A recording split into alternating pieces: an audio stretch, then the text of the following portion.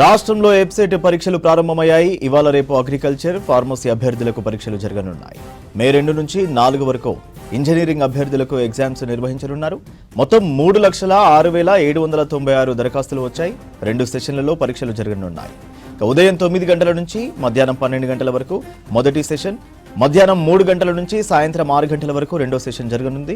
మొదటి సెషన్కు ఉదయం 7:30 గంటల నుంచి, రెండో సెషన్కు మధ్యాహ్నం 1:30 గంటల నుంచి హాల్లోకి అనుమతి ఇస్తారు.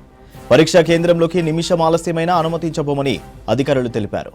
వెబ్సైట్ పరీక్షలకు సంబంధించి మరిన్ని డీటెయిల్స్ విజయ్ లైవ్ లో అందిస్తారు.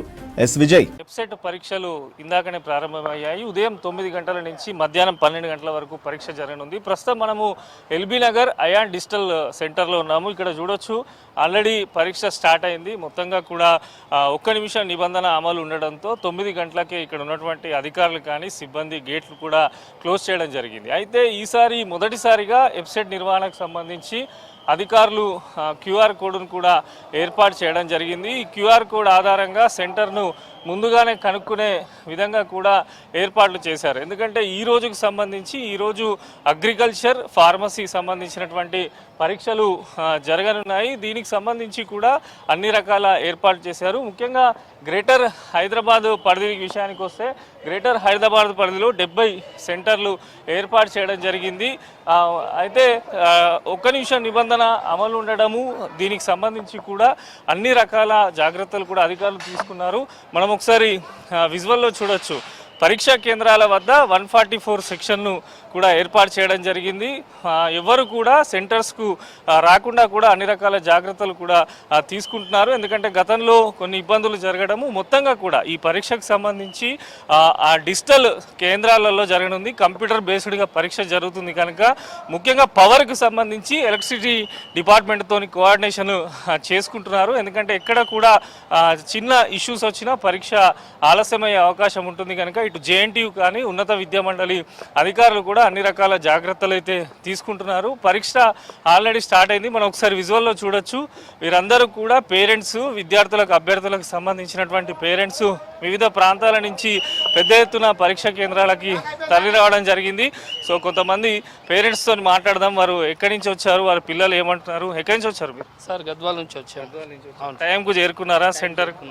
ఎట్లా ఉంది? ఆల్ టికెట్ మీద ఈసారి క్యూఆర్ కోడ్ ఇచ్చారన్నారు. లొకేషన్ ముందుగానే చూసుకున్నారు? లొకేషన్ ముందుగానే చూస్తున్నాము. మేము దూరం 7 గంటల వరకు ఇక్కడ ఉన్నాము. ఏమంటున్నారు పిల్లలు? ఇంటర్ అయిపోయిన తర్వాత వెబ్సైట్ రాస్తున్నారు. వాళ్ళకి ఎంత పరీక్షనో మీకు కూడా అదే రకంగా పరీక్ష. ఎట్లా ప్రిపరేషన్ చేసి? బాగా చేస్తున్నాం సార్. మీరు ఎక్కడి నుంచి వస్తున్నారు? వనపర్తి నుంచి వచ్చినాం.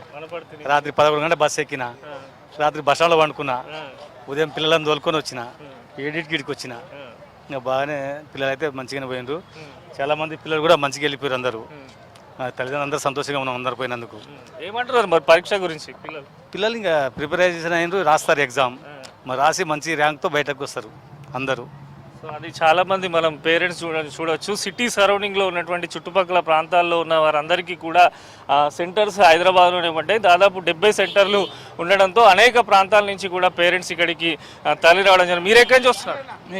హస్తినాపురం. ఎలా ఉంది? ఏమంటున్నారు పిల్లలు పరీక్ష గురించి? ప్రిపరేషన్ ఇంటర్ అయింది, ఇప్పుడు కాగానే ఇది రాస్తున్నారు. ఎట్లా ఉంది మరి? పర్వాలేదు, బాగుంది. ఏ రకంగా చెప్పారు పరీక్ష గురించి? ధైర్యం? మంచిగా ధైర్యంగా ఉండి రాయాలని చెప్పేసినాం. ఏ టెన్షన్ లేకుండా కూర్చొని మంచిగా రాయాలని చెప్పేసినాం.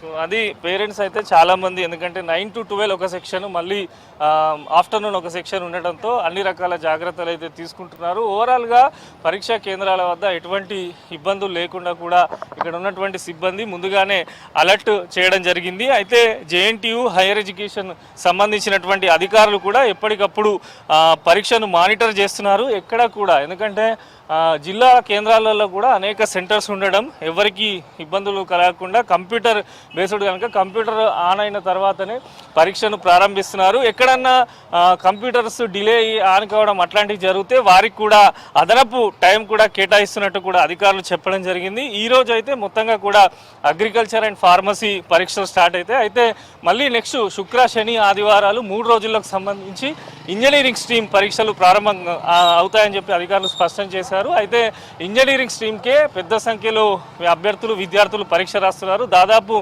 3,20,000 మంది ఇంజనీరింగ్ స్ట్రీమ్ రాయగా 87,000 మంది మాత్రము అగ్రికల్చర్ ఫార్మసీ పరీక్షలు రాస్తున్నారు. స్టేట్ వైజ్గా 112 పరీక్ష కేంద్రాలను కూడా ఏర్పాటు చేశారు.